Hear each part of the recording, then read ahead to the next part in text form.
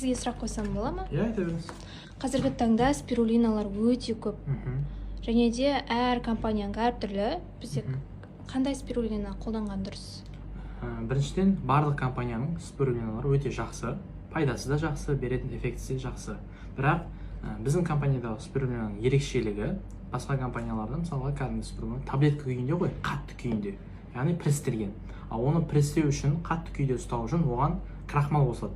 Яғни дәрінің 85%, почти 85% ол құрамында крахмал бар. Ал ол крахмал негізінде адам организмдегі бүйрекке, бауырға зиян келтіреді.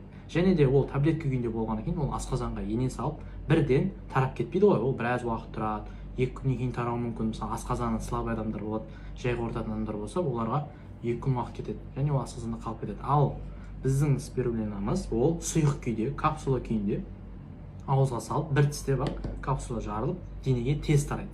Эффектісі өте тез болады, нәтижеге тез жетесіздер. Және бұны балдарға да, үлкен кісілерге де барлығына қолдана беруге болады. Капсула түрде, яғни сұйық, иә? Иә, сұйық түрде. Иә.